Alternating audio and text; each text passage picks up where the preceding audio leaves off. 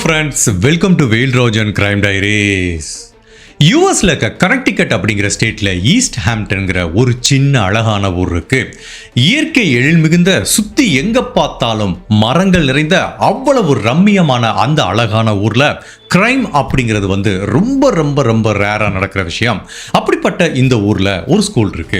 அந்த ஸ்கூல் முடிஞ்சதுக்கு அப்புறம் பசங்க அவங்க வீட்டுக்கு போற வழியில ஒரு சின்ன சிற்றோடை இருக்கு. சிற்றோடை அப்படின்னா எப்படி இருக்கும்னா, சுத்தி எங்க பார்த்தாலும் அடர்ந்த மரங்கள் இருக்கும், நல்ல குளுமையான ஒரு ஏரியா. அப்படிப்பட்ட ஏரியால ஒரு சிற்றோடை போயிட்டு இருக்கோம். அந்த சிற்றோடைக்கு மேல ஒரு சின்ன பாலம் கட்டியிருப்பாங்க. இந்த ஸ்கூல் படிக்கிற பசங்களாம் என்ன பண்ணுவாங்கன்னா, அந்த பாலத்துக்கு மேல நின்று ஸ்கூல் முடிஞ்சதுக்கு அப்புறம் சின்ன சின்ன கல்லை எடுத்து போட்டு அந்த சிற்றோடைக்குள்ள தூக்கி போட்டு கொஞ்ச நேரம் ஜாலியா ரிலாக்ஸ் பண்ணதுக்கு அப்புறம் தான் வீட்டுக்கு போவாங்க. அந்த மாதிரி தான் ஜனவரி மாசம் 12ஆம் தேதி 1998ஆம் வருஷம் 2 ஸ்கூல் படிக்கிற பசங்க இந்த வழியில போறாங்க. அந்த சிற்றோடைக்கு மேல இருக்கிற பாலத்துல நிக்கிறாங்க. அப்போ ஒரு கல்லை அந்த சிற்றோடைக்குள்ள தூக்கி போட்டு ரிலாக்ஸா இன்னைக்கு ஸ்கூல்ல நடந்த கதையெல்லாம் பேசிட்டு இருக்கும்போது அந்த 2 பேர்ல ஒரு ஸ்டூடெண்ட் தொலை தூரத்துல ஒரு பொருள் வித்தியாசமா இருக்கிறத பாக்குறாங்க. சிற்றோடை அப்படின்னா ரொம்ப ஆழம் இருக்காது. அப்படிப்பட்ட அந்த சிற்றோடையில ஒரு பொருள் அப்படியே தலைக்குப்புற கீழே கிடக்கிறத பாக்குறாங்க. தொலை தூரத்துல இருந்து பார்க்கும்போது அது என்னன்னு தெரியல. இந்த 2 ஸ்கூல் படிக்கிற பசங்களுக்கும் ஒரு மிகப்பெரிய ஆர்வம் வருது, அது என்ன பொருள்னு தெரிஞ்சுக்கிறதுக்காக. அப்போ அந்த பாலத்துக்கு சைடு கூடி இறங்கி பக்கத்துல போய் பார்த்தாங்கள, 2 ஸ்கூல் படிக்கிற பசங்களும் வீறிட்டு கத்தி அலறிட்டு தலை தெறிக்க ஓடி வந்துடுறாங்க. அதுக்கப்புறம் வீட்டில் பெத்தவங்க கிட்ட சொல்றாங்க. அடுத்த செகண்டே போலீஸ் டிபார்ட்மெண்ட்டுக்கு ஒரு கால் போகுது. இந்த மாதிரி ஊருக்கு ஒதுக்குப்புறமா இருக்கிற ஒரு சிற்றோடையில ஒரு பெண்ணோட சடலம் இருக்கிறத கண்டுபிடிக்கிறாங்க. போலீஸ் ஆபீசருக்கு இதுக்கு ரொம்ப வித்தியாசமா பார்க்கப்படுது. அதுக்குரிய காரணம் என்னன்னா, நான் ஏற்கனவே சொன்ன மாதிரி ஈஸ்ட் ஹாம்ப்டன்கிற ஊர்ல கொலைங்கிறது ரொம்ப ரேரா நடக்கிற விஷயம். ஜனவரி மாசம் 12ஆம் தேதி ஒரு பெண்ணோட சடலத்தை கண்டுபிடிச்சிருக்காங்களா. இதுக்கு முன்னாடி இந்த ஊர்ல கொலை நடந்தது 12 வருடங்களுக்கு முன்னாடி. அப்ப நீங்க திங்க் பண்ணிக்கோங்க, எவ்வளவு அமைதியா மக்கள் எந்த கிரைமும் இல்லாம இருக்கிற இந்த ஏரியால திடீர்னு ஒரு பெண்ணோட சடலம் கண்டுபிடிக்கப்பட்டது பொதுமக்களுக்கு மட்டுமல்ல, காவல்துறை அதிகாரிகளுக்கு மிகப்பெரிய ஆச்சரியத்தை உண்டு பண்ணுது. ஸோ அடுத்த ஒரு 10 மினிட்ஸ்குள்ளே போலீஸ் ஆஃபீஸர், அதுக்கப்புறம் பேத்தாலஜிஸ்ட், ஃபாரன்சிக் டிபார்ட்மெண்ட் எல்லாரும் போறாங்க. அப்படி போய் பார்க்கும்போது ஒரு பெண் கைகள் பின்புறமா கட்டப்பட்டு தலைக்குப்புற படுத்திருக்காங்க. அவங்களோட ஃபேஸ் சிற்றோடைக்குள்ள அப்படி மூழ்கடிக்கப்பட்டிருக்கு, கைகள் பின்புறமா கட்டப்பட்டிருக்கு. அதை பார்க்கும்போதே தெரியுது இந்த பெண் உயிரோட இல்லைன்னு. ஃபர்ஸ்ட். ரெண்டாவது, அந்த சிற்றோடைக்கு மேல இருக்கிற பாலத்திலிருந்து இந்த இடத்துக்கு வர்றதுக்கு ஒரு சின்ன ஒத்தையடி பாதை மாதிரி இருக்கு.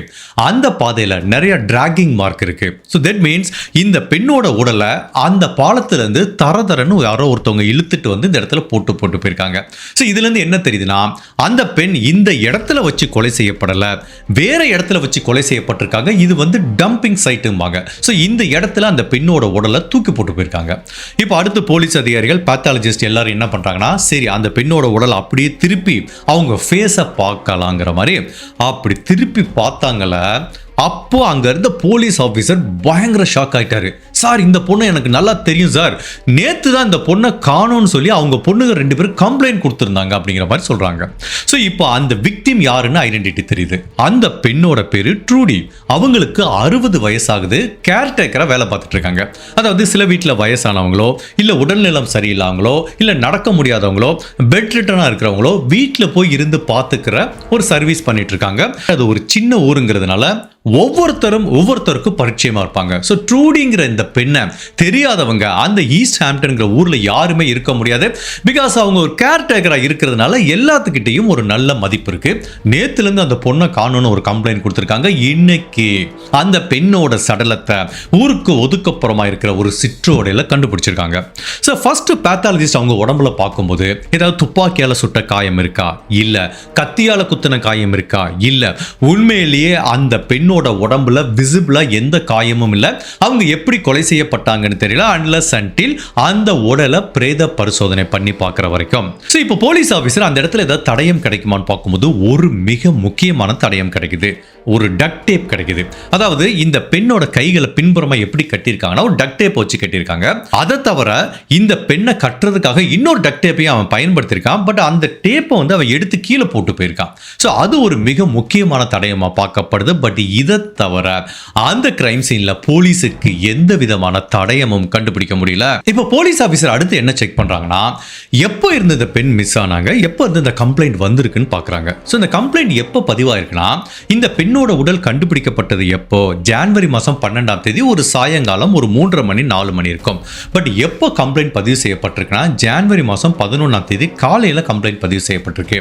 அந்த கம்ப்ளைண்ட்டை பதிவு பண்ணது யாருன்னா, ட்ரூடியோட 2 பசங்க. அவங்க 2 பேத்துக்குமே ஒரு டீனேஜ் ஸ்டேஜ் இருக்கு. அவங்க என்ன சொல்றாங்க அப்படின்னா, சார் முந்தின நாள் ஜனவரி மாதம் 11ஆம் தேதி என்னோட அம்மா ட்ரூடிங்கிற பெண்மணி பக்கத்தில் இருக்க ஒரு லாண்ட்ரோமேட்டுக்கு போனாங்கங்கிறாங்க.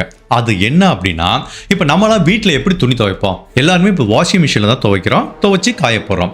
பட் இந்த மாதிரி வெளிநாடுகளில் எப்படி இருக்குன்னா, காமனாக ஒரு பிளேஸ் இருக்கும், அதாவது பொதுமக்கள் பயன்படுத்துறதுக்கு. ஃபார் எக்ஸாம்பிள் ஒரு ஷாப்பு மாதிரி இருக்கும், அதுக்குள்ளே நிறைய வாஷிங் மிஷின் வச்சிருப்பாங்க. நீங்களே செல்ஃப் சர்வீஸ் தான், உங்கள் துணியை எடுத்துகிட்டு போகலாம், உள்ளே போட்டு துவைக்கலாம், அதுக்கு முன்னாடி காயின் போடணும், துவைக்கலாம், ட்ரையரும் யூஸ் பண்ணலாம். ஸோ அங்கே ஏரியாவில் இருக்க பொதுமக்கள் வீட்டில் வாஷிங் மிஷின் இல்லாதவங்க, ட்ரையர் இல்லாதவங்க இந்த மாதிரி ஒரு பொதுவாக இருக்கிற ஒரு இடத்துல வந்து யூஸ் பண்ணுவாங்க. அப்படிப்பட்ட இந்த இடத்துக்கு தான் தன்னோட துணியை துவைக்கிறதுக்காக 11ஆம் தேதி நைட்டு இந்த பெண்மணி வந்திருக்காங்க. அப்படி வந்தவங்க அதுக்கப்புறம் வீட்டுக்கே வரல. இதை பத்தி தான் இவங்க கம்ப்ளைண்ட் கொடுத்துருக்காங்க 12ஆம் தேதி காலையில். பட் அதுக்கு முன்னாடியே அந்த 12ஆம் தேதி காலையில் 7 மணிக்கு போலீஸ் டிபார்ட்மெண்ட்டுக்கு ஒரு நபர் ஃபோன் பண்ணி சொல்லியிருக்காரு, சார் இந்த மாதிரி இந்த ஷாப்புக்கு துணி துவைக்கிற கடைக்கு வெளியில ஒரு கார் ரொம்ப நேரமா நின்றுட்டு இருக்குங்கிற மாதிரி கம்ப்ளைண்ட் கொடுத்துருக்காரு. இப்போ போலீஸ் ஆஃபீஸர் போறாங்க. அப்போ ஒரு கார் நிக்குது. அந்த காருக்குள்ள ரொம்ப பதட்டமா ஒரு நாய் குறைச்சிக்கிட்டே இருக்கு. இது பார்க்கும்போதே தெரியுது அந்த நாய் அந்த காருக்குள்ள நெடுநேரமா தனிமைப்படுத்தப்பட்டிருக்கு. இப்போ அந்த கார் கதவை திறந்து பார்க்கறாங்க. அந்த நாய் பதறி அடிச்சிட்டு வெளியில ஓடி வருது. அப்போ வந்து ஒரு பெண்ணுக்கு சொந்தமான பர்ஸ், அவங்க ஐடி கார்டு எல்லாமே கிடக்குது. அது யாரும் இல்லை, ட்ரூடிக்கு சொந்தமானது.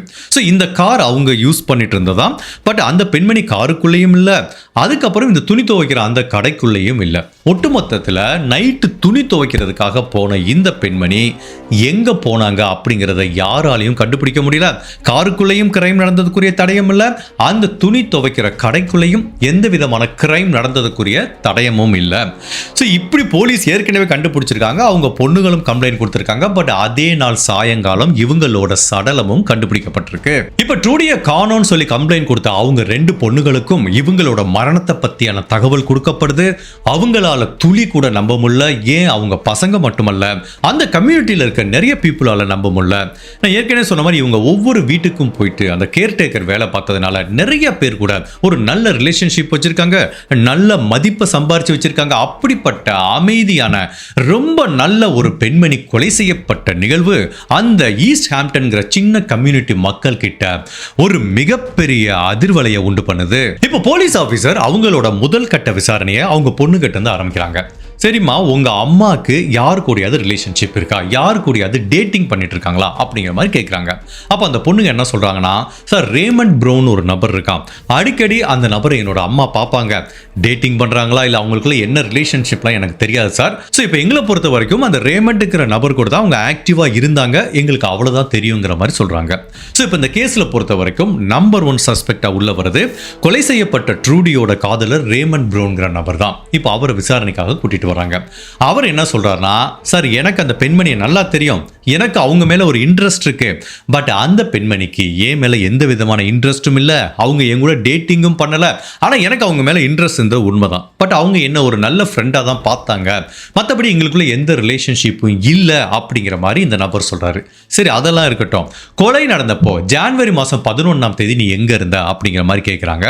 அப்போ அவர் என்ன சொல்றாருன்னா, சார் நான் அவுட் ஆஃப் டவுன்ல இருந்தேன், இந்த ஊர்லயே இல்லைங்கிறாரு. இப்போ அவர் அந்த கொலை நடந்தப்ப எங்க இருந்தாருன்னு விசாரிக்கும் போது வெளியூர்ல ஒரு ஸ்போர்ட்ஸ் டோர்னமெண்ட் நடந்துட்டு இருக்கு, அந்த ஈவெண்ட்டுக்காக வெளியில போயிருக்காரு. ஸோ அவர் ஊர்ல இல்லாதது, அந்த ஸ்போர்ட்ஸ் டோர்னமெண்ட்ல அவர் கலந்துக்கிட்டது, அங்க அவர் நிறைய பேர் பார்த்திருக்காங்க. ஸோ கொலை நடந்தப்போ இந்த ரேமண்ட் ப்ரௌன்கிற நபர் இந்த ஊர்ல இல்ல அப்படிங்கிறதுனால அவர் இந்த கொலையை பண்ணிருக்க வாய்ப்பு இல்லை. ஸோ போலீஸை பொறுத்த வரைக்கும் இந்த முதல் சஸ்பெக்ட் அவங்க பாய் ஃப்ரெண்ட் ரேமண்ட் அப்படிங்கிற நபரை இந்த விசாரணையிலிருந்து எலிமினேட் பண்றாங்க.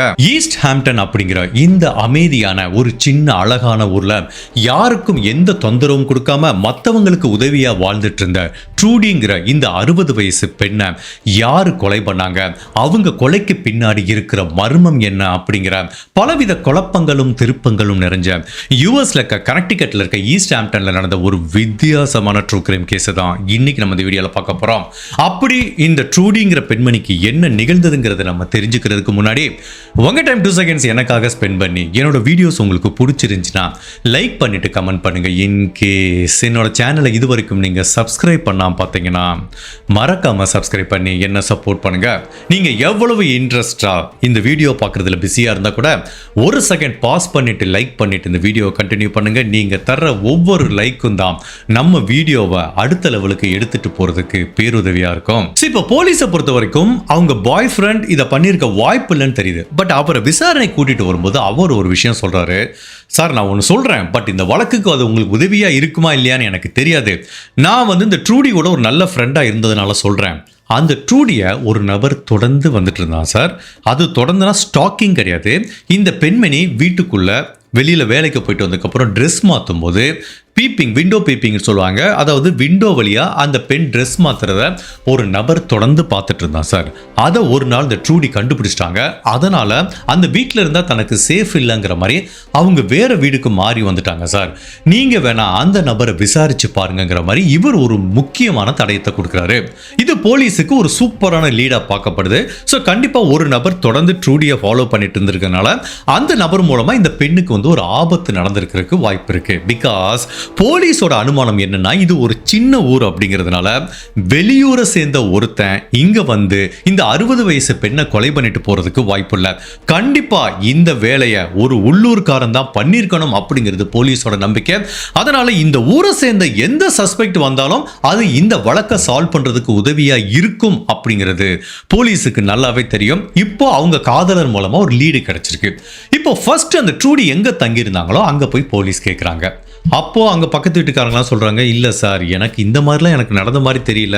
அந்த பெண்மணி கொஞ்ச நாள் இருந்தாங்க, காலி பண்ணிட்டு போயிட்டாங்க, மற்றபடி நோ ஐடியா அப்படிங்கிற மாதிரி நிறைய பேர் சொன்னா கூட ஒரு 2 வீடு தள்ளி ஒரு பெண்மணி இருக்காங்க. அந்த பெண்மணி போலீஸ் கிட்ட சொல்றாங்க, சார், நீங்க யாரை தேடிட்டு இருக்கீங்கன்னு எனக்கு தெரியும். அந்த நபரை பத்தி நான் உங்களுக்கு தகவல் சொல்றேங்கிறாங்க. எட்டிங்கிற ஒரு பையன் இருந்தான் சார். அவன் தான் ட்ரூடி ட்ரெஸ் மாற்றும் போது அவங்க ஜன்னல் வழியாக பார்த்துட்டு இருந்தான். அதுக்கப்புறம் அவங்களுக்கு தெரிஞ்சு இந்த வீடை காலி பண்ணிட்டு போயிட்டாங்கிற மாதிரி அந்த பெண்மணி சொல்கிறாங்க. சரி, இப்போ இந்த எட்டிங்கிறவன் எங்கே இருக்கான் அப்படின்னு கேட்டதுக்கு அந்த பெண்மணி என்ன சொல்கிறாங்கன்னா, அவன் யாரும் இல்லை, அவன் என்னோட பையன்தான். இப்போ அவன் எங்கே இருக்கானா, ஒரு ராபரி வழக்கில் போலீஸ் அரெஸ்ட் பண்ணி அவன் ஜெயிலில் இருக்கான்.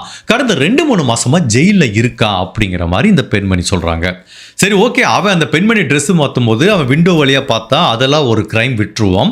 பட் அவன் கடந்த 2-3 மாசமா ஜெயிலில் இருக்கிறதுனால எடிங்கிற அந்த பையனும் இந்த கொலையை பண்ணியிருக்கிறதுக்கு வாய்ப்பு இல்லை. ஸோ போலீஸை பொறுத்த வரைக்கும் இதில் 2 சஸ்பெக்ட் உள்ள வந்தாங்க. பட் 2 பேருமே இந்த கொலையை பண்ணியிருக்கிறதுக்கு வாய்ப்பு இல்லைன்னு எலிமினேட் பண்றாங்க. இப்ப கொலை செய்யப்பட்ட ட்ரூடிங்கிற அந்த பெண்ணோட உடலை பிரேத பரிசோதனை பண்ண டாக்டர் பல முக்கியமான விஷயங்களை கண்டுபிடிக்கிறாங்க. ஃபர்ஸ்ட், இந்த பெண்மணி எப்படி கொலை செய்யப்பட்டிருக்காங்கிறத கண்டுபிடிக்கிறாங்க. அதாவது அந்த பெண்மணியை கத்தியை வச்சோ துப்பாக்கியை வச்சோ சுட்டு கொலை பண்ணல, கையால அந்த பெண்ணோட கழுத்தை நெரிச்சு கொலை பண்ணிருக்காங்க. அதனாலதான் இனிஷியலா விசிபிளா எந்தவித காயங்களையும் அவங்க உடம்புல போலீஸால கண்டுபிடிக்க முடியல. அதே டயத்துல இவங்களை கொலை பண்றதுக்கு முன்னாடி அந்த கொலைகாரன் இந்த 60 வயசு பெண் கிட்ட தவறா நடந்திருக்கான் அப்படிங்கிறது தெரியுது. பட் அதே டயத்துல அந்த கொலைகாரனுக்கு சொந்தமான பயாலஜிக்கல் மெட்டீரியலை இந்த உடம்புல இருந்து கண்டுபிடிக்க முடியல. மேபி இவங்க உடல் நெடுநேரம் அந்த தண்ணிக்குள்ள இருந்ததுனால, தலைகுப்புற இருந்ததுனால மேபி அந்த தடயங்கள் அழிஞ்சு போயிருக்க வாய்ப்பு இருக்குங்கிறாங்க. பட் அதே டயத்துல நம்ம நோட் பண்ண வேண்டிய இன்னொரு விஷயம் என்ன அப்படின்னா, 98ல ஃபாரன்சிக் டெக்னாலஜி அமெரிக்காவில் நல்லாவே வளர்ச்சி அடைஞ்சிட்டு இருந்துச்சு. பட் அது எங்கே இருந்துச்சு அப்படின்னா, பெரிய பெரிய சிட்டியில், இப்போ நியூயார்க் மாதிரி ஒரு சிட்டியில் கிரைம் நடந்துச்சு அப்படின்னா 1 or 2 டேஸ்க்குள்ள ஒரு டிஎன்ஏ செட் பண்ணுவாங்க. பட் அதே டயத்தில் அமெரிக்காவில் ஒரு கடைக்கோடியில் இருக்க ஒரு கிராமத்தில் ஒரு கிரைம் நடந்துச்சுன்னா டிஎன்ஏ டெஸ்ட் பண்ணுறது அவ்வளவு ஈஸி கிடையாது. இது ஒரு கிராமங்கிறதுனால இங்கே இருக்கிற லிமிட்டட் சோர்ஸை வச்சு தான் இந்த கிரைமை சால்வ் பண்ண முடியும். ரொம்ப எக்ஸ்பீரியன்ஸான ஃபாரன்சிக் டீம் இருக்க மாட்டாங்க, எக்ஸ்பீரியன்ஸான போலீஸ் அதிகாரிகள் இருக்க மாட்டாங்க, ஒரு சின்ன சின்ன எக்ஸ்பீரியன்ஸ்ல இருப்பாங்க. பட் இந்த இருக்கிற எக்ஸ்பீரியன்ஸை வச்சு பார்க்கும்போது அந்த பேத்தாலஜிஸ்ட் என்ன சொல்றாங்கன்னா, தவறா நடந்திருக்கான், பட் எங்களால் பயாலஜிக்கல் மெட்டீரியலை எடுக்க முடியல அப்படிங்கிறாங்க. இதை எல்லாத்தையும் தாண்டி அந்த பேத்தாலஜிஸ்ட் 2 மிக முக்கியமான விஷயங்களை சொல்றாங்க. அது மேபி இந்த கேஸை கூட சால்வ் பண்ணுறதுக்கு உதவியாக இருக்கலாம். ஃபர்ஸ்ட் விஷயம் என்ன அப்படின்னா, அந்த பெண்மணி 2 காதுலையும் ஒரு சின்ன தோடு போட்டிருக்காங்க, தங்கத்தினால் செய்யப்பட்ட தோடு. அதில் ஒரு தோடு மிஸ் ஆயிருக்கு, இன்னொரு காதில் மட்டும்தான் தோடு இருக்கு. ஸோ ஃபர்ஸ்ட் இந்த பெண்ணுக்கு சொந்தமான தோடு ஒன்று மிஸ் ஆயிருக்கு. அதை எல்லாத்தையும் தாண்டி கொலை செய்யப்பட்ட ட்ரூடிங்கிற இந்த பெண்மணி காண்டாக்ட் லென்ஸ் பயன்படுத்தியிருக்காங்க. அப்போ இந்த பேத்தாலஜிஸ்ட் அவங்க 2 கண்ணையும் திறந்து பார்க்கும்போது ஒரு கண்ணில் மட்டும்தான் காண்டாக்ட் லென்ஸ் இருக்கு, அந்த ப்ளூ கலர்ல இருக்கிற இன்னொரு காண்டாக்ட் லென்ஸ் வந்து மிஸ் ஆயிருக்கு. ஸோ இப்போ போலீஸை பொறுத்த வரைக்கும் இவங்க உடல் கண்டுபிடிக்கப்பட்ட அந்த சிற்றோடை வந்து டம்பிங் கிரவுண்ட் அங்க வச்சு கொலை செய்யப்படலை, வேற இடத்துல வச்சு தான் கொலை செய்யப்பட்டிருக்காங்க. அப்போ ட்ரூடி எங்க வச்சு கொலை செய்யப்பட்டாங்களோ அந்த இடத்துல அவங்க கம்மலும் அவங்க ஒரு காண்டாக்ட் லென்ஸும் மிஸ் ஆயிருக்க வாய்ப்பு இருக்கு. இது என்னமோ பார்க்க ஒரு சின்ன தடயம் மாதிரி நம்மளுக்கு தெரியலாம், இல்ல தேவையில்லாத விஷயம் மாதிரி தெரியலாம். பட் திங்க் பண்ணி பாருங்க.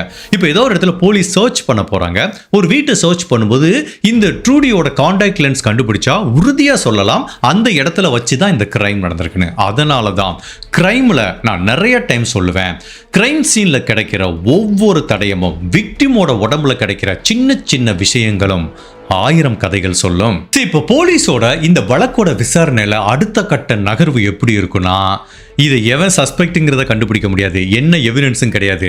கிடைச்ச எவிடன்ஸை வச்சு இந்த பெண் எந்த இடத்துல வச்சு கொலை செய்யப்பட்டிருக்கலாம், அந்த கிரைம் சீன் என்னவா இருக்கும் அப்படிங்கிறதான் போலீஸோட அடுத்த கட்ட நகர்வா இருக்கும். இந்த டயத்தில் போலீஸை பொறுத்த வரைக்கும் அடுத்து பெரிய தடயமும் கிடைக்கல, பெரிய சஸ்பெக்டும் கிடைக்கலங்கிறதுனால பொதுமக்கள் உதவியை நாடி போறாங்க. இந்த மாதிரி ஒரு இன்சிடென்ட் நடந்திருக்கு, இது ஒரு சின்ன கம்யூனிட்டி. கண்டிப்பா நீங்க யாராவது ஒருத்தர் ஒரு சின்ன விஷயத்தை நோட் பண்ணிருக்கலாம், அதை நீங்க அப்போ இதெல்லாம் ஒரு விஷயமா அப்படின்னு நினைச்சிருக்கலாம். பட் நீங்க நோட் பண்ண ஒரு சின்ன விஷயம் கூட இந்த வழக்கை சால்வ் பண்றதுக்கு உதவியா இருக்கலாங்கிற மாதிரி பொதுமக்கள்கிட்ட உதவி கேட்கிறாங்க. நீங்க என்ன தகவல் கிடைச்சாலும் போலீஸ் கிட்ட வந்து சொல்லுங்கிறாங்க. அதை எல்லாத்தையும் தாண்டி இந்த கொலைகாரனை பத்தி டைரக்டா தகவல் கொடுக்கிறவங்களுக்கு $30,000 பணம் தரப்படுங்கிற மாதிரி ஒரு ரிவார்டும் அறிவிக்கிறாங்க. ஏதாவது ஒரு பொதுமக்கள்கிட்ட இருந்து ஒரு சின்ன தகவல் வராதா, இந்த வழக்கை நம்ம தீர்க்க மாட்டோமா அப்படின்னு போலீஸ் விழிப்புதிங்க இருக்கிற இந்த நேரத்தில் ஒரு சூப்பரான பிரேக் த்ரூ கிடைக்குது. ஒரு பெண்மணி போலீஸ் டிபார்ட்மெண்ட்டுக்கு கால் பண்றாங்க. சார், நீங்க சொன்ன அந்த டயத்தில் ஜனவரி மாதம் 11ஆம் தேதி அந்த சிற்றோடைய தாண்டி நானும் என்னோட குழந்தையும் கார்ல பயணம் பண்ணோம் சார். அப்படி நாங்க தாண்டி போகும்போது இந்த உடல் எங்க கண்டுபிடிக்கப்பட்டதோ அந்த பாலத்துக்கு பக்கத்துல ஒரு கார் இருந்தது, ரொம்ப பழைய காரு, செடான் மாடல். அந்த கார் ஏன் எனக்கு வித்தியாசமா பட்டுச்சு அப்படின்னா, அந்த காரோட ஷேப் எப்படி இருக்குன்னா அப்படி ஒரு சின்ன பெட்டி மாதிரி ஸ்கொயர் ஷேப்ல இருந்தது, பழைய செடான் மாடல். ஒரு ப்ளூ கலரும் கிரீன் கலரும் மிக்ஸ் ஆகி இருந்த மாதிரி எனக்கு இருந்துச்சு. மற்றபடி அந்த காரை நான் பார்க்கும்போது காருக்குள்ள யாருமே இல்லை அப்படிங்கிற மாதிரி இந்த பெண்மணி சொல்றாங்க. இவங்க சொன்ன டைம் ஃப்ரேமை வச்சு பார்க்கும்போது இந்த பெண்மணி எப்போ அந்த ஏரியாவை கிராஸ் பண்ணி போனாங்களோ அந்த டயத்துல தான் இந்த கொலைகாரன் அந்த காருக்குள்ள இருந்து ட்ரூடிய தரதரன்னு இழுத்துட்டு இந்த சிற்றோடைக்குள்ள போய் தூக்கி போட்டு போயிருக்கிறதுக்கு வாய்ப்பு இருக்கு. ஸோ இவங்க சொன்ன தகவலை வச்சு இந்த பெண் எந்த காரை பார்த்தாங்களோ அந்த கார்ல தான் ட்ரூடியோட உடல் கொண்டு வரப்பட்டு தூக்கி போடப்பட்டிருக்கலாம் அப்படிங்கிறது தெரியுது. ஸோ இப்போ போலீஸை பொறுத்த வரைக்கும் ஒரு க்ளூ கிடைக்குது, எந்த கார்ல அந்த கொலைகாரன் இந்த இடத்துக்கு வந்திருக்கலான்னு. இந்த டயத்துல போலீஸ் திரும்ப கொலை செய்யப்பட்ட ட்ரூடியோட பொண்ணுங்க கிட்ட போய் கேட்குறாங்க, சரிம்மா உங்க அம்மா வந்து ஒருத்தவங்கள டேட் பண்ணான்னு சொல்லிட்டு இருந்தீங்க, அவன்கிட்ட போய் கேட்டா அவன் ஊர்லேயே இல்லைங்கிறான், இதுக்கு முன்னாடி உங்க அம்மா யார் கூட டேட் பண்ணிருக்காங்களான்னு கேட்குறாங்க. அப்போ அந்த பெண்மணி என்ன சொல்றாங்கன்னா, சார் எங்க அம்மா நிறைய பேர் கூட டேட் பண்ணிருக்காங்க, பட் இந்த பையனுக்கு முன்னாடி கடைசி அவங்க டேட் பண்ணது ஜேமிசன்கிற ஒரு நபர் கூட பண்ணாங்கிற மாதிரி சொல்றாங்க. சரி ஓகே ஜேமிசன், இப்போ அந்த எக்ஸ் லவ்வரை கூப்பிட்டு விசாரிச்சு பார்க்கலான்னு அவனை கூப்பிடுறாங்க.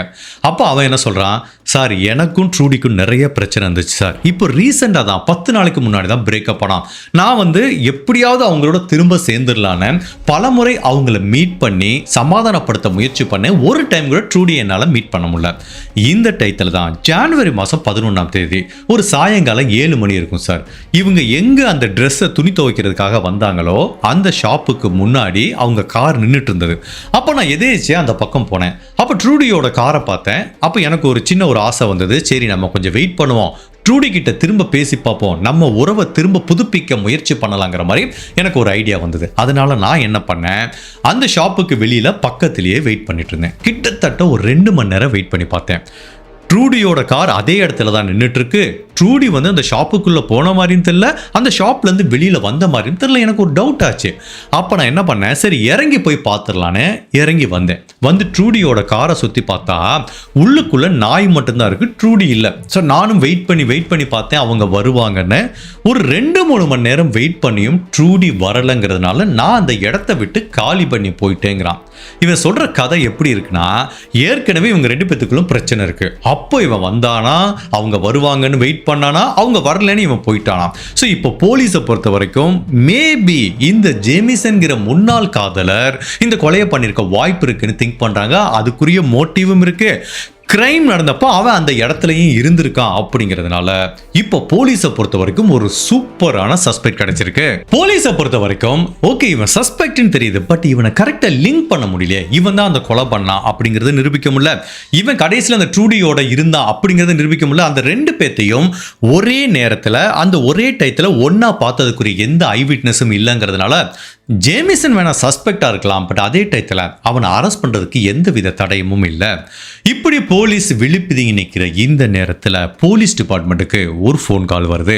அந்த ஃபோன் கால் எங்க இருந்து வருதுன்னா, ஒரு கார்பெண்டர் கால் பண்றாரு. சார், இப்போ கொஞ்ச நாளைக்கு முன்னாடி ஒரு பெண்மணி காணாம போனாங்களே துணி துவைக்கிற இடத்துல, அந்த துணி துவைக்கிற கடை எங்க இருக்குன்னா கீழே இருக்கு. அதுக்கு மேல 2-3 அப்பார்ட்மெண்ட் இருக்கு. அதுல நிறைய பேர் வந்து வாடகைக்கு இருக்காங்க. அப்படிப்பட்ட அப்பார்ட்மெண்ட் ஃபர்ஸ்ட் ஃப்ளோர் வந்து ஒரு ரெனோவேஷன் ஒர்க் நடந்துட்டு இருந்திருக்கு. ஒரு கார்பெண்டர் அங்க நிறைய ஒர்க் பண்ணிட்டு இருக்கும்போது, அந்த இடத்துல தெரியுமே நம்ம கார்பெண்டிங் ஒர்க் நடந்தா எவ்வளவு டஸ்ட் இருக்கும். அப்படி ஒர்க் பண்ணிட்டு இருக்கும்போது திடீர்னு ஒரு பொருள் பயங்கரமா அப்படி மிளிர ஆரம்பிக்குது. அவருக்கு என்னன்னு புரியல. போய் பார்த்தா அது ஒரு தோடு. உடனே அவருக்கு சந்தேகம் வருது. இவர் இந்த கிரைமை பத்தி ஏற்கனவே கேள்விப்பட்டிருக்காரு, ஈவன் இந்த தோட பத்தியும் கேள்விப்பட்டிருக்காரு.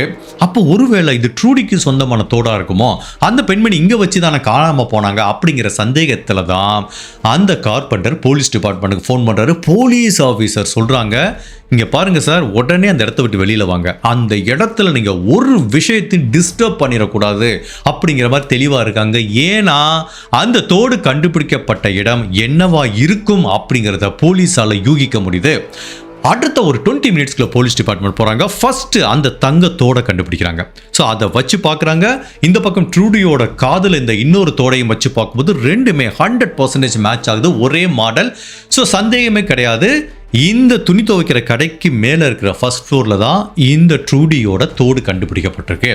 அதுக்கப்புறம் அந்த ஏரியாவை இன்னுமே டீப்பாக சர்ச் பண்ணி பார்க்கும்போது ட்ரூடிங்கிற இந்த பெண்ணோட ஒரு கண்ணுலேருந்து காணாமல் போன காண்டாக்ட் லென்ஸையும் கண்டுபிடிக்கிறாங்க. ஸோ ஜஸ்ட் திங்க் பண்ணி பாருங்க, அந்த ரூமுக்குள்ள ஒரே இடத்துல தோடும் கிடைக்குது, காண்டாக்ட் லென்ஸும் கிடைச்சா என்ன அர்த்தம்? அதுதான் கிரைம் சீன். இந்த இடத்துல வச்சுதான் அந்த பெண் கொலை செய்யப்பட்டிருப்பாங்க. ஸோ இதுதான் இந்த கேஸ்ல ஒரு மிகப்பெரிய பிரேக் த்ரூவா பார்க்கப்படுது. நம்ம நிறைய கேஸ்ல பார்த்துருப்போம். ஃபர்ஸ்ட் ஒரு கிரைம் சீன் இருக்கும், தடயம் கிடைக்காது. தடயம் இருக்கும், சஸ்பெக்ட் இருக்க மாட்டாங்க. பட் இந்த கேஸ் பார்த்தீங்கன்னா ரொம்ப உல்டாவா இருக்கு. தடயம் இருக்கு, சஸ்பெக்ட் இருக்கு, நிறைய பேர் வர்றாங்க, பட் கிரைம் சீனை எதுன்னு தெரியல. பட் இப்போ அதுக்குரிய விடை தெரியுது. எங்க வச்சு இந்த ட்ரூடி கொலை செய்யப்பட்டிருக்கலாம் அப்படிங்கிறத போலீஸால யூகிக்க முடியுது. ஓகே, இப்போ ட்ரூடி இங்க வச்சு தான் கொலை செய்யப்பட்டிருக்காங்க. கிரவுண்ட் ஃப்ளோர்ல துணி துவைக்க வந்திருக்காங்க, ஈஸியா ஃபர்ஸ்ட் ஃப்ளோருக்கு வந்திருக்கலாம். பட் எதுக்காக ஃபர்ஸ்ட் ஃப்ளோருக்கு வந்தாங்க? துணி துவைக்க வந்த பெண்மணிக்கு இங்க என்ன வேலை? இங்க யாரு அவங்கள கொலை பண்ணிருப்பா அப்படிங்கிற அடுத்தடுத்து 2-3 கொஸ்டின் வருது. இப்போ டக்குன்னு நம்மளுக்கு ஒரு ஞாபகம் வரல, இப்போ எல்லாத்துக்கும் ஃபர்ஸ்ட் ஃப்ளோர் செகண்ட் ஃப்ளோருக்கு அக்சஸ் இருக்குமா? இருக்காது. அப்போ இந்த பில்டிங் யாருக்கு சொந்தமானது? இந்த பில்டிங்க்கு உள்ள இருக்கிற ஃபர்ஸ்ட் ஃப்ளோர்ல யாருக்கெல்லாம் போறதுக்கு அக்சஸ் இருக்கு அப்படிங்கிற மாதிரி ஒரு விசாரணை பண்றாங்க. அதுல போலீஸுக்கு என்ன தெரிய வருதுன்னா, இந்த பில்டிங்கோட ஓனர் ஒருத்தர் இருக்காரு. அவர் தான் கிரவுண்ட் ஃப்ளோரை இந்த துணி துவைக்கிறதுக்கு வாடகைக்கு விட்டுருக்காரு. ஃபர்ஸ்ட் ஃப்ளோர் செகண்ட் ஃப்ளோர் நிறைய அபார்ட்மெண்ட் இருக்கு. ஃபர்ஸ்ட் ஃப்ளோர் அபார்ட்மெண்ட் வந்து இந்த ட்ரூடி கொலை செய்யப்பட்டப்போ காலியா இருந்திருக்கு. அதை ஒரு ரெண்டலுக்காக விடுறதுக்காக வெயிட் பண்ணிட்டு இருந்திருக்காங்க. அதுக்கப்புறம் கொஞ்சம் ரெனோவேஷன் ஒர்க் நடந்திருக்கு. ஸோ இப்போ எடுத்துக்கிட்டிங்கன்னா ஃபர்ஸ்ட் அந்த பில்டிங் ஓனர், அவருக்கு வந்து எல்லா ஃப்ளோருக்கும் அக்சஸ் இருக்கு. ஓகே, அதை தவிர வேறு யாருக்கு அக்சஸ் இருக்கு அப்படின்னு பார்த்தா, இந்த பில்டிங்கை ஃபுல்லா ஒரு நபர் மெயின்டைன் பண்ணிட்டு இருக்காரு, அவருக்கு அக்சஸ் இருக்கு. மொத்தம் 2 பேருக்கு மட்டும்தான் இந்த பில்டிங்க்கு உள்ள போறதுக்கு வர்றதுக்கு அக்சஸ் இருக்கு. அதுவும் ஃபர்ஸ்ட் ஃப்ளோர்ல ஒரு அபார்ட்மெண்ட் காலியா இருக்கு, பூட்டப்பட்டிருக்குன்னா ஆட்டோமேட்டிக்கா அந்த அபார்ட்மெண்ட்டுக்குள்ள யார் வந்திருப்பா? ஒன்னு ஓனர் வந்திருப்பாரு, இல்ல இந்த மெயின்டெனன்ஸ் அக்சஸ் இருக்கிற அந்த நபர் வந்திருப்பாரு. இப்போ இந்த பில்டிங்கோட ஓனர் யாருன்னு விசாரிக்கும் போது அவரோட பேரு பிராங்க் அப்படின்னு தெரிய வருது. இப்போ அவர் கூப்பிட்டு விசாரிக்கிறாங்க. அவர் என்ன சொல்றாரு, சார் இந்த பில்டிங் எனக்கு சொந்தமானதான், but most of the time இந்த ஊருக்கே நான் வரமாட்டேன் சார், நான் வெளியூரை சேர்ந்தவன், அதனால இந்த பில்டிங்கோட மெயின்டெனன்ஸ் ஃபுல்லாவே ஜெரால்டு பிரையன் அப்படிங்கிற ஒரு நபர்கிட்ட தான் சார் நான் கொடுத்துட்டு நான் போயிடுவேன், அவர் தான் இதை ஃபுல்லாக பார்ப்பாரு, எந்த ஒரு மெயின்டெனன்ஸ் இஷ்யூ வந்தாலும் சரி, ரெண்டல் கொடுக்குறா இருந்தாலும் சரி, எல்லாமே நான் ஃபுல் கண்ட்ரோல் அவர்கிட்ட கொடுத்துட்டேன். தோ என்கிட்ட இந்த வீட்டுக்கு அக்சஸ் இருந்தால் கூட நான் வர்றதே இல்லை, அதுவும் நீங்கள் சொன்ன டயத்தில் அந்த ஊருக்குள்ளேயே வரலைங்கிறாரு. அப்போ இப்போ இந்த ஃப்ராங்க்ங்கிற நபர் இந்த கொலையை பண்ணியிருக்க வாய்ப்பு இல்லை. ஸோ அந்த பில்டிங் ஓனரை எலிமினேட் பண்ணுறாங்க. இப்போ அடுத்து இருக்கிறது யாரு? அந்த வீட்டோட மெயின்டெனன்ஸ் ஃபுல் கண்ட்ரோலில் இருக்கிற ஜெரால்டு பிரையன் அப்படிங்கிற அந்த நபர் தான். ஸோ இந்த ஜெரால்டு பிரையன்கிற நபரை பற்றி போலீஸ் பேக்ரவுண்ட் செக் பண்ணி பார்க்குறாங்க. அந்த நபருக்கு பின்னாடி ஒரு மிகப்பெரிய கிரிமினல் பேக்ரவுண்ட் இருக்கு. கொஞ்ச நாளைக்கு முன்னாடி ஒரு பெண்கிட்ட தவறாக நடந்த குற்றத்துக்காக பல வருடங்கள் ஜெயில இருந்து இப்போ ரீசெண்டாக தான் ரிலீஸ் ஆயிருக்கான். ஸோ ப்ராபப்ளி இவன் சஸ்பெக்டுக்கு ஒரு கரெக்டான ஆளாக இருப்பான். சரி, அவனை கூப்பிட்டு விசாரிச்சு பார்ப்போம். ஒருத்தன் ஒரு டைம் தப்பு பண்ணா திரும்ப பண்ணியிருப்பான்னு நம்ம அனுமானம் பண்ண முடியாது. பட் இவனுக்கு பின்னாடி ஒரு கிரிமினல் பேக்ரவுண்ட் இருக்குன்னு தெரியுது. இப்போ அந்த ஜெரால்டு விசாரணைக்காக கூட்டிட்டு வராங்க. அவங்கிட்ட விசாரணை கூட்டிட்டு வரும்போதே அவனோட ஃபேஸில் ஒரு மிகப்பெரிய வித்தியாசத்தை உணர்றாங்க. நெத்தியில் இந்த இடத்துல ஒரு மிகப்பெரிய காயம் இருக்கு, ஃப்ரெஷ்ஷான ஒரு ஊண்டு. ஆக்சுவலி இந்த காயம் எப்படி வந்தது பிரையன் அப்படின்னு கேட்குறாங்க. சார், நான் கொஞ்சம் வேலை பார்த்துட்டு இருக்கும்போது மெயின்டெனன்ஸ் ஒர்க் பண்ணிட்டு இருக்கும்போது ஒரு சின்ன ஆக்சிடென்ட் ஆச்சு, அதில் தான் சார் எனக்கு இந்த காயம் வந்துச்சு அப்படிங்கிற மாதிரி கேட்குறாங்க. இப்போ போலீஸ் ஆஃபீஸர் ஃபர்ஸ்ட் இந்த கொலை வழக்கை பற்றி விசாரிக்கிறதுக்கு முன்னாடி அவனை பற்றி சும்மா கேஷுவலாக கேட்குறாங்க. நான் உங்களோட ரெக்கார்டை பார்த்தோம், நீங்கள் பல வருடங்கள் ஜெயிலில் இருந்துட்டு வந்தீங்களே, என்ன ஆச்சு, என்ன கிரைமுக்காக ஜெயிலுக்கு போனீங்கன்னு கேட்கும்போது, சார் நான் அந்த மாதிரி ஒரு பெண் கிட்ட தவறாக நடந்துட்டேன், அப்போ ஜெயிலுக்கு போயிட்டு வந்தேன் சார். அப்போ இருந்த பிரையன் வேற சார், எனக்கு நிறைய போதை மருந்து பழக்கம் இருந்தது, நிறைய குடிப்பழக்கம் இருந்தது, 24 மணி நேரமும் எப்பவுமே தண்ணியில் தான் சார் மறந்துட்டு இருப்பேன். அந்த மாதிரி ஒரு நாள் போதையில் இருக்கும்போது ஒரு பெண் கிட்ட தவறாக நடந்தேன். பட் எப்போ நான் ஜெயிலுக்கு போனனோ அப்போ வெளியில வந்து ஒரு நல்ல மனுஷனா வாழ்ந்துட்டு இருக்கேன். இப்போ என்கிட்ட எந்த கெட்ட பழக்கமும் இல்லை சார் அப்படிங்கிற மாதிரி இந்த பிரையன் சொல்றாரு. சரி, ஓகே பிரையன், அதெல்லாம் இருக்கட்டும், உங்களுக்கு ட்ரூடிங்கிற ஒரு பெண்ணை தெரியுமான்னு கேட்குறாங்க. ஆமாம் சார், இப்போ கேள்விப்பட்டேன், அந்த பெண் வந்து கொலை செய்யப்பட்டிருக்காங்கண்ணே. நான் இது வரைக்கும் பார்த்ததில்ல, அந்த பெண் கூட பேசினதில்லை சார், யாருன்னு தெரியாது, பட் நியூஸில் பார்த்தேன், தெரிஞ்சுக்கிட்டேன் அப்படிங்கிற மாதிரி இவர் சொல்கிறாரு. இப்போ போலீஸ் திரும்பவும் கேட்குறாங்க, நீங்கள் நல்லா யோசிச்சு சொல்லுங்கள், அந்த ட்ரூடியை நீங்கள் எப்போ நேராக பார்த்துருக்கீங்களா, நேராக பேசியிருக்கீங்களா அப்படிங்கிற மாதிரி திரும்ப திரும்ப கேட்குறாங்க. இல்லை சார், நான் நியூஸில் பார்த்ததோட சரி, எனக்கும் அந்த பெண்ணுக்கும் எந்த தொடர்பும் இல்லை அப்படிங்கிற மாதிரி இவர் தொடர்ந்து மறுப்பு தெரிவிச்சிட்டு இருக்காரு. அதே டயத்தில் கிரைம் சீனுக்கு இவருக்கு அக்சஸ் இருக்கு அப்படிங்கிற ஒரே காரணத்துக்காண்டி இந்த நபர் தான் கொலை பண்ணாரு அப்படிங்கிறத நம்ம சொல்ல முடியாது. பட் அதே டயத்தில் ஹீஸ் எ குட் சஸ்பெக்ட், இந்த நபர் பண்ணியிருக்கிறதுக்கு வாய்ப்பு இருக்கு அவரோட கிரிமினல் பேக்ரவுண்ட் வச்சு. பட் அதே டயத்தில் எந்தவித எவிடன்ஸும் இல்லைங்கிறதுனால இதுக்கு மேல இந்த ஜெரால்டு பிரையனை அரெஸ்ட் பண்ணி விசாரணை பண்றதுக்கு அங்க சட்டத்தில் இடம் இல்லை. ஸோ இப்போ போலீஸ் கடைசியா இந்த பிரையனை அனுப்புறதுக்கு முன்னாடி ஒரு மிக முக்கியமான விஷயத்தை கேட்குறாங்க. சரி, ஓகே, அந்த பெண் உங்களுக்கு தெரியாமே இருக்கட்டும், ஜனவரி மாதம் 11ஆம் தேதி நீங்க எங்க இருந்தீங்க அப்படிங்கிற மாதிரி கேட்டதுக்கு, சார் இப்போ இந்த அபார்ட்மெண்ட்ல தான் எனக்கு மெயின்டெனன்ஸ் ஒர்க்கு, இங்கே ஃபுல்லாக ஒர்க்காக முடித்தேன் சார், நைட்டு ஒரு 10 மணி இருக்கும் சார், அதுக்கப்புறம் இங்கே பக்கத்தில் ஒரு பீஸா ஷாப் இருக்குது சார், நான் எப்போவுமே ரெகுலராக அங்கே தான் போய் சாப்பிடுவேன், அங்கே போய் சாப்பிட்டுட்டு அதுக்கப்புறம் நான் வீட்டுக்கு போயிட்டேன் சார், இதுக்கப்புறம் எனக்கு எதுவுமே தெரியாது அப்படிங்கிற மாதிரி சொல்கிறாரு. சரி, ஓகேப்பா, நீங்கள் கிளம்புங்க அப்படிங்கிற மாதிரி சொல்லி இவர் அனுப்பி வச்சிடறாங்க. பட் போலீஸோட அனுமானம் என்ன அப்படின்னா, இந்த நபர் ஜெரால்டு பிரையன் பேசும்போது அவரோட முகத்தில் அவ்வளவு பதட்டமும் அவ்வளவு டென்ஷனும் நிறைய வேர்த்து ஊத்துது. இதெல்லாத்தையும் வச்சு பார்க்கும்போது இந்த நபர்கிட்ட ஏதோ ஒரு தவறு இருக்கு, இந்த ஜெரால்டு பிரையன் நம்ம கிட்ட பொய் சொல்றாரு அப்படிங்கறத மட்டும் போலீஸால யூகிக்க முடியுது. அதே டயத்துல இந்த ஜெரால்டு பிரையன் கிட்ட போலீஸ் இன்னொரு மிக முக்கியமான கொஸ்டினையும் கேட்கறாங்க. அதாவது கிரைம் சீன்ல ஒரு மாதிரி பாக்ஸ் மாதிரி இருக்கிற வித்தியாசமான செடான் காரை ஒருத்தவங்க பார்த்தாங்கல்ல, இப்போ இந்த ஜெரால்டு பிரையன் கிட்ட கேட்கறாங்க, உங்ககிட்ட ஏதாவது கார் இருக்கா அப்படின்னு கேட்கறாங்க. இல்ல சார், என்கிட்ட எதுவுமே கார் இல்ல, நான் ரொம்ப நாளைக்கு முன்னாடி அளவுக்கு அதிகமாக குடிச்சதுனால என்னோட லைசன்ஸையே கேன்சல் பண்ணிட்டாங்க சார், என்கிட்ட கார் இல்லை அப்படிங்கிற மாதிரி சொல்றாரு. இப்போ போலீஸுக்கே ஒரே குழப்பமா இருக்கு, இவன் பண்ணியிருக்கிறதுக்கு வாய்ப்பு இருக்குன்னு நம்பிக்கை இருக்கு, அதே டயத்தில் இவங்கிட்ட கார் இல்லைங்கிறானே, பிகாஸ் அந்த மாதிரி ஒரு கார்ல தானே இவங்க உடலை தூக்கி போட்டு போனாங்க.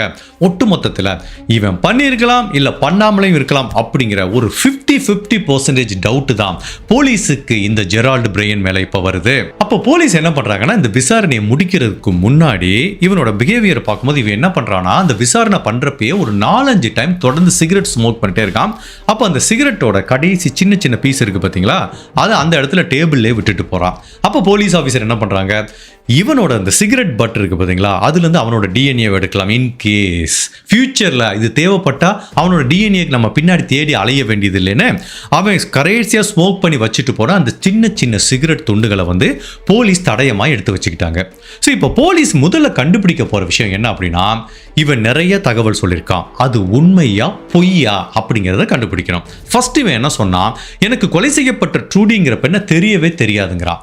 பட் நிறைய ஐ விட்னஸ் என்ன சொல்றாங்க அப்படின்னா, சார் இந்த ட்ரூடிங்கிற பெண்மணி அடிக்கடி இங்கே தான் துணி துவைக்க வருவாங்க, இவன் மெயின்டெனன்ஸ் வேலை பார்க்குறவன். ஸோ 2 பேரும் அடிக்கடி பார்ப்பாங்க, மீட் பண்ணுவாங்க, ஒன்றா காஃபி கூட சாப்பிடுவாங்க, நாங்கள் நிறைய டைம் பார்த்துருக்கோங்கிறாங்க.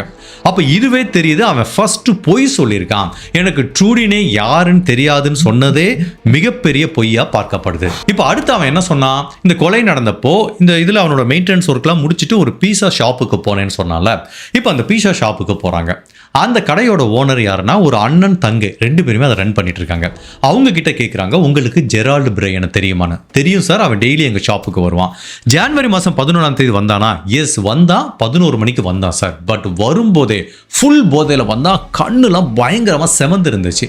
உடனே என்கிட்ட பேசுனா புலம்புனா, என்னடா ஆச்சு அப்படின்னு கேட்டால், நான் ஒரு பொண்ணை லவ் பண்ணேன், காதலிச்சேன், அந்த பொண்ணு என்னை சீட் பண்ணிட்டா, இன்னொருத்தவங்க கூட போய் தொடர்பில் இருந்துட்டா, அதனால நான் பிரேக்கப் ஆகி வந்துட்டேன், அதனால நான் குடிச்சிட்டு இருக்கேன், எனக்கு ரொம்ப ஸ்ட்ரெஸ்ஸாக இருக்கு அப்படிங்கிற மாதிரி அளவுக்கு அதிகமான குடிபோதையில் இருந்திருக்கான்.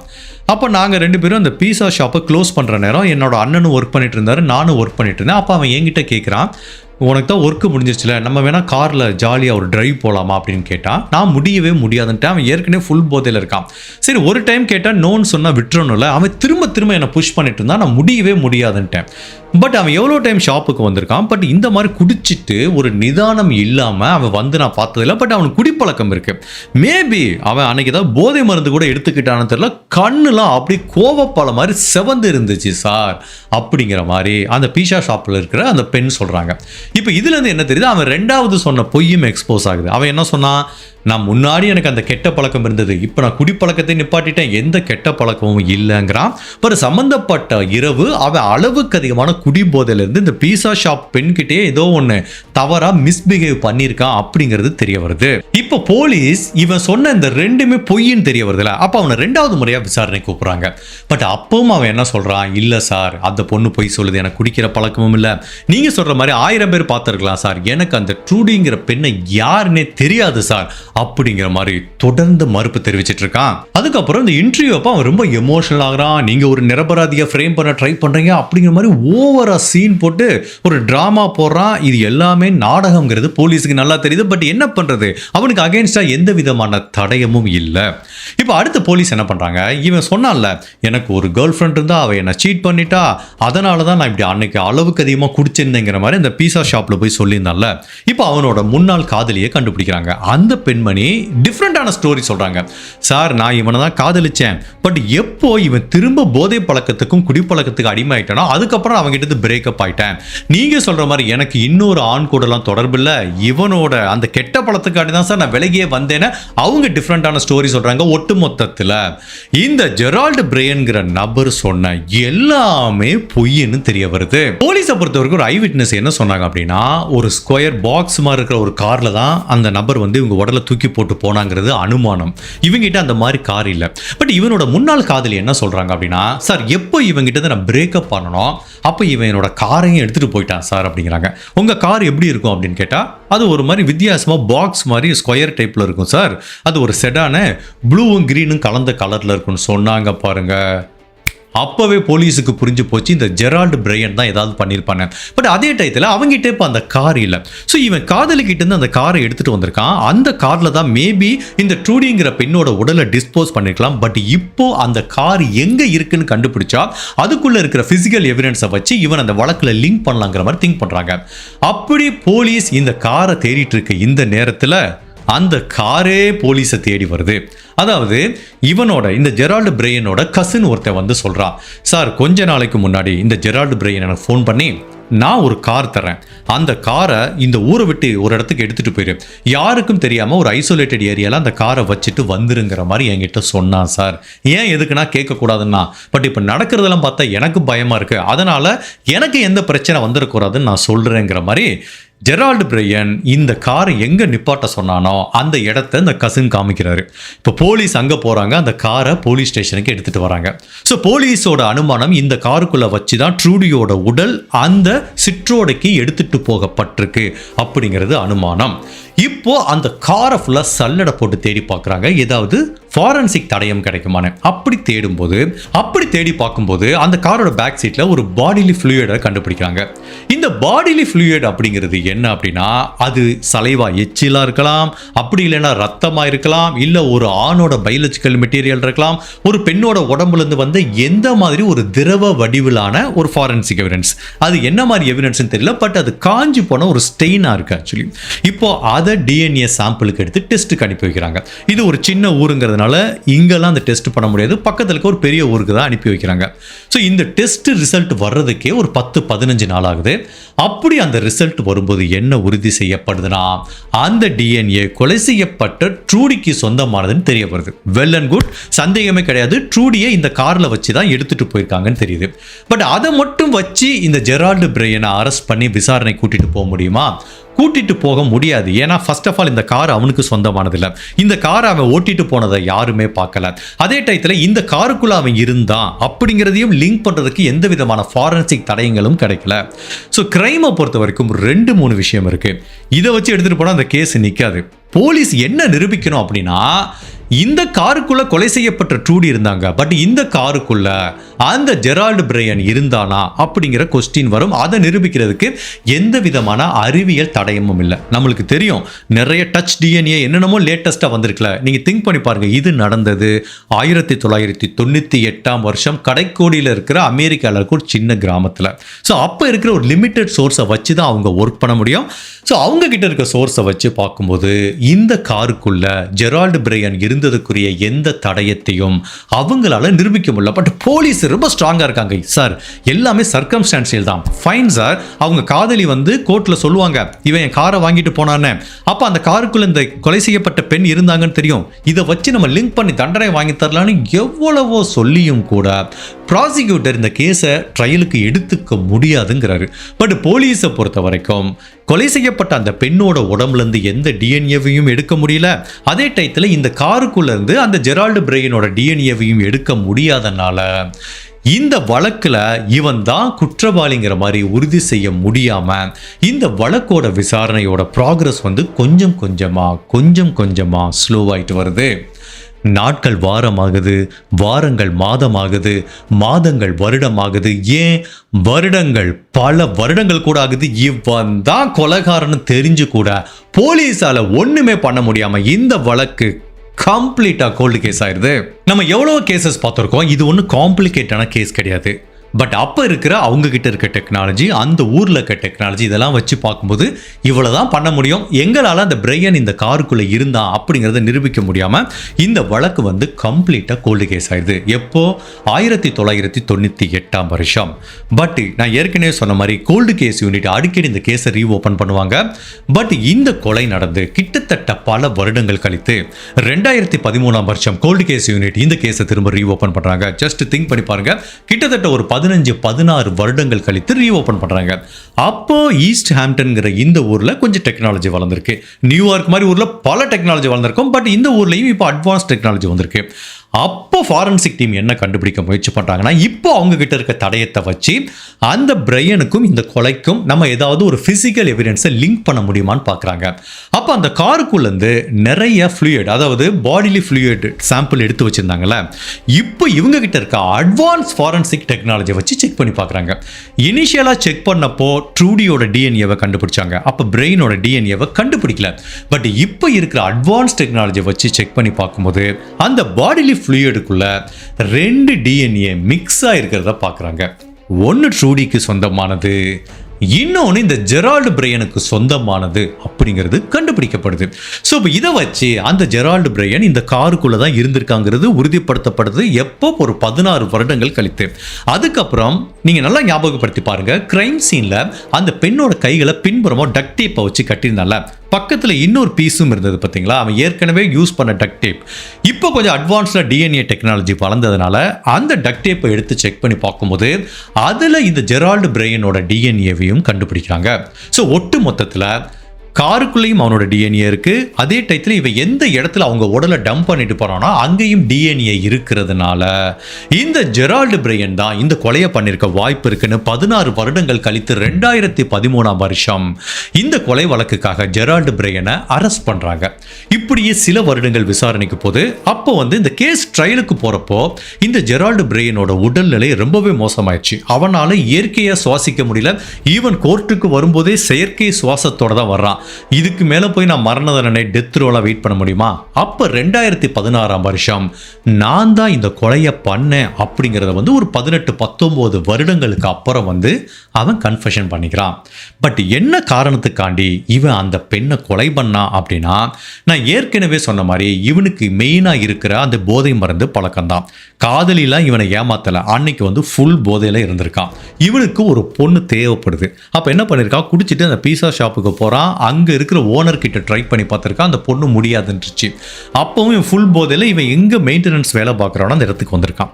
அப்ப அந்த கீழே துணி துவைக்கிற இடத்துல யாருமே இல்லை. இந்த பெண்மணி ட்ரூடி மட்டும் தனியா இருந்திருக்காங்க. அது 60 வயசு பெண்மணியா இருந்தா கூட பரவாயில்ல, அவனுக்கு அந்த இடத்துல காமம் தேவைப்படுது. அப்ப அவன் என்ன பண்ணிருக்கான்? இந்த ட்ரூடியை இங்க வச்சு எதுவும் பண்ண முடியாது. ஏன்னா இங்க நிறைய பேர் வந்துட்டு போற இடம். ஃபர்ஸ்ட் ஃப்ளோர்ல ஒரு அபார்ட்மெண்ட் காலியா இருக்கு. அங்க அந்த பெண்மணி கூட்டிட்டு போனா என்னன்னு யோசனையா இருக்கு. பட் அந்த பெண்மணி எப்படி மேல வருவாங்க அப்படிங்கிறதுக்கு ஒரு டாக்டிக்ஸ் யூஸ் பண்றான். கொஞ்ச நாளைக்கு முன்னாடி இந்த ட்ரூடி இவங்கிட்ட கேட்டிருக்காங்க, ஏதாவது ஒரு அபார்ட்மெண்ட் காலியா இருந்தா சொல்லு, நான் சேஞ்ச் பண்ணணும் அப்படிங்கிற மாதிரி. இப்போ இவன் சொல்லியிருக்கான், இங்க மாதிரி மேல ஒரு அபார்ட்மெண்ட் காலியா இருக்கு, வந்து பாக்குறீங்களாங்கிற மாதிரி ஏமாத்தி தான் அந்த பெண்ணை உள்ள கூட்டிட்டு போயிருக்கான். உள்ள போனவன அந்த பெண் கிட்ட தவறா நடந்து கழுத்தை நெரிச்சு கொலை பண்ணிருக்கான். அப்பதான் அவங்க தோடு ஒன்று கீழே விழுந்திருக்கு, கண்ணில் இந்த கான்டாக்ட் லென்ஸ் கீழே விழுந்திருக்கு. ஸோ இது நடந்தது எல்லாமே ஒரு லேட் நைட் ஆகும்போது அப்போ யாருமே இல்லைங்கிறதுனால இந்த பெண்ணோட உடலை அவனோட கார், அதாவது காதலிட்டு வாங்கிட்டு வந்த கார்ல எடுத்துட்டு போய் அதுக்கு முன்னாடி டக்ட் டேப்லாம் கட்டி அந்த பெண்ணோட உடலை அந்த சிற்றோடைக்கு பக்கத்தில் தூக்கி போட்டு வந்திருக்கான். ஸோ அப்போதான் அந்த காருக்குள்ளேயும் இவனோட DNA later point of time அந்த பெண்ணோட பாடிலி ஃப்ளூயிட்ல இவனோட டிஎன்ஏ மிக்ஸ் ஆகிறத கண்டுபிடிக்கிறாங்க. அந்த டக்ட் டேப்ல இருந்தும் லேட்டர் பாயிண்ட் ஆஃப் டைம் கண்டுபிடிக்கிறாங்க. ஸோ இதுதான் சார் நடந்தது அப்படிங்கிறது இவன் கன்ஃபெஷன் பண்ணிக்கிறான். ஃபைனலா ட்ரூடியை கொலை பண்ண குற்றத்துக்காக ஜெரால்டு பிரையன் அப்படிங்கிற இந்த நபருக்கு அமெரிக்க நீதிமன்றத்தில் 40 வருடங்கள் சிறை தண்டனை கொடுக்குறாங்க. 40 வருடங்களுக்கு அப்புறம் அவனுக்கு பரோல் கிடைக்கிறதுக்கு வாய்ப்பு இருக்கு. இந்த கேஸை பத்தி நான் என்ன ஃபீல் பண்றேன்னா, இது ஒரு 16-18 வருடங்கள் ஒரு ஹோல்ட் பண்ணி கோல்டு கேஸ் ஆகி தீர்க்கக்கூடிய வழக்கு இல்லை. பட் அதே டயத்தில் அந்த ஊரில் இருந்த லிமிட்டட் டெக்னாலஜியை வச்சு இவ்வளோ தூரம் பண்ணியிருக்காங்க. பிகாஸ் எனக்கு 2-3 விஷயம் புரியல. இவன் அந்த பெண்கிட்ட தவறாக நடந்திருக்கான் கொலை பண்ணுறதுக்கு முன்னாடி. அப்போ அவனோட பயாலஜிக்கல் மெட்டீரியல் எப்படி இந்த பெண்ணோட உடம்புலேருந்து போலீஸால் எடுக்க முடியல அப்படிங்கிறது எனக்கு தெரியல. ஒருவேளை அப்போ அவங்கக்கிட்ட அந்த மாதிரி சரியான டெக்னாலஜி இல்லையா அப்படிங்கிறது தெரியல. அதுவே முடிஞ்சு போச்சு பிரச்சனை அந்த இடத்துல. அதுக்கப்புறம் பார்த்தீங்கன்னா காருக்குள்ள அந்த பாடிலி ஃப்ளூயிட்லேருந்து இந்த ட்ரூடிங்கிற பெண்ணோட டிஎன்ஏ கண்டுபிடிச்சிருக்காங்க. பட் அப்போ அவங்க கிட்ட டெக்னாலஜி இல்லை. ஒரு மிக்ஸ்டு டிஎன்ஏவை எடுத்து தனியாக பிரித்து அதில் இன்னொரு நபரோட டிஎன்ஏ இருக்கிறத கண்டுபிடிக்கிற டெக்னாலஜி அவங்ககிட்ட இல்லை.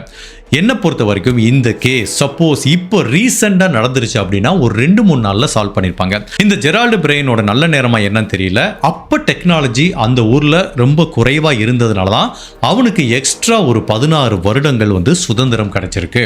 பட் அப்படி இருந்தாலும் எத்தனை வருடங்கள் ஆனாலும் நீ குற்றம் பண்ணியிருந்தா சட்டத்திற்கு முன்னாடி நீ கண்டிப்பா மண்டியிட்டு தான் ஆகணும் அப்படிங்கிறத இந்த வழக்கு நமக்கு திரும்ப திரும்ப உணர்த்துது. அதுவும் இப்போ இருக்கிற லேட்டஸ்ட் டெக்னாலஜியை வச்சு எத்தனையோ வருடங்களுக்கு முன்னாடியான பல விதமான கோல்டு கேஸை சால்வ் பண்ணிட்டு வராங்க. ஸோ இந்த மாதிரி வழக்குகள் நம்மளுக்கு என்ன உணர்த்துதுன்னா, ஒரு கிரைமை சால்வ் பண்றதுல ஃபாரன்சிக்கோட பங்களிப்பு அளப்பரியது. ஃபாரன்சிக் மட்டுமல்ல, இப்போ நீங்கள் ரீசெண்டாக இந்தியாவில் இருக்க எல்லா கேஸையும் பார்த்துக்கோங்க. 99% எல்லா கேஸ்லையும் ஃபாரன்சிக் தடயமும் இருக்கும், சிசிடிவி கேமராவும் இருக்கும். இந்த 2 விஷயம்தான் போலீஸுக்கு ஒரு கிஃப்டட் டெக்னாலஜி மாதிரி. இது ரெண்டுமே இல்லைன்னா நினச்சி பாருங்க, ஒரு கிரைமை கூட போலீஸால் சால்வ் பண்ண முடியாது. இது ரெண்டுமே போலீஸுக்கு வரப்பிரசாதம் அப்படிங்கிற மாதிரி சொல்லலாம். ஸோ அகைன் வன்முறை எதுக்குமே தீர்வாகாது. அதுவும் இவன் இருக்கான் பார்த்தீங்களா, குடி போதையில் போயிட்டு இவனோட சுயநலத்துக்காக அந்த 60 வயசு பெண்ணை கொலை பண்ணது மன்னிக்க முடியாத குற்றம். அட் த எண்ட் இந்த வழக்கிலேருந்து நம்ம எடுத்துக்க வேண்டிய டேக்அவே ஆப்வியஸ்லி குடியே கிடக்கும். எப்பவுமே போதை மருந்துக்கு அடிமையாகாதீங்க. அப்படி அந்த போதை மருந்தும் குடிப்பழக்கத்துக்கு அடிமையாயிட்டா நம்ம என்ன பண்ணுறோங்கிறது நமக்கே தெரியாது. அது அமெரிக்காவில் விட்டுருங்க, நம்ம ஊரில் நடந்த எவ்வளோ கிரைம் கேசஸை நம்ம பார்த்துருக்கோம். ஸோ ஆப்வியஸ்லி இந்த மாதிரி கெட்ட பழக்கத்துக்கு அடிமையாயிட்டா அது பலவிதமான ப்ராப்ளங்களை நம்மளுக்கு பண்ண தோணும். அது கிரைமில் போய் முடியும். அதுக்கப்புறம் வாழ்க்கை ஃபுல்லாக ஜெயிலில் இருக்க மாதிரி இருக்கும். அதே டயத்தில் இப்போ இருக்கிற லேட்டஸ்ட் டெக்னாலஜி மூலமாக எந்த கிரைமையும் நம்மளால தீர்க்க முடியும். ஹோப்ஃபுல்லி இந்த வழக்கு உங்களுக்கு ஒரு முழு நீள ஹாலிவுட் திரைப்படம் பார்த்த அனுபவத்தை கொடுத்துருக்குங்கிற மாதிரி நினைக்கிறேன். ஸோ இந்த கேஸை பற்றி நீங்கள் என்ன நினைக்கிறீங்க? உங்களோட கருத்தை மறக்காமல் இந்த வீடியோவில் பதிவு பண்ணுங்கள். இந்த மாதிரி அனதர் கேஸில் உங்களை சந்திக்கிறேன். Till then, stay safe, take care, bye.